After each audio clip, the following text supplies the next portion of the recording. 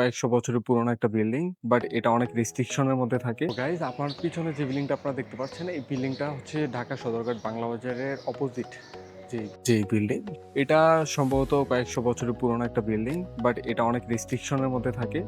আচ্ছা দাদা ভাই, এই যে পিছনে যে একটা মার্কেট, পিছনে যে হচ্ছে একটা পুরোনো দিনের বাড়ি দেখলাম, সেটার বিষয়টা আসলে কি? এটা না আসলে একটা পুরোনো বাড়ি, এটা নবাব বাড়ি। এটা বর্তমানে এখন আর্মিদের দখলে আছে। এখন আরো কিছু ছিল, এটা অনেকে দখল করে রাখছে। এখন যে যতটুকু আছে এগুলো আর্মিদের দখলে আছে বর্তমানে। এটি অনেক সুন্দর একটা জায়গা না? হ্যাঁ, অনেক একটা সুন্দর জায়গা। এই অনেক পুরোনো দিনের নবাব বাড়ির একটা ঐতিহ্য। ওই জন্য আর্মিরা এটা আপাতত ওনাদের আন্ডারে রেখে দিয়েছে, কতটুকু আমরা জানি।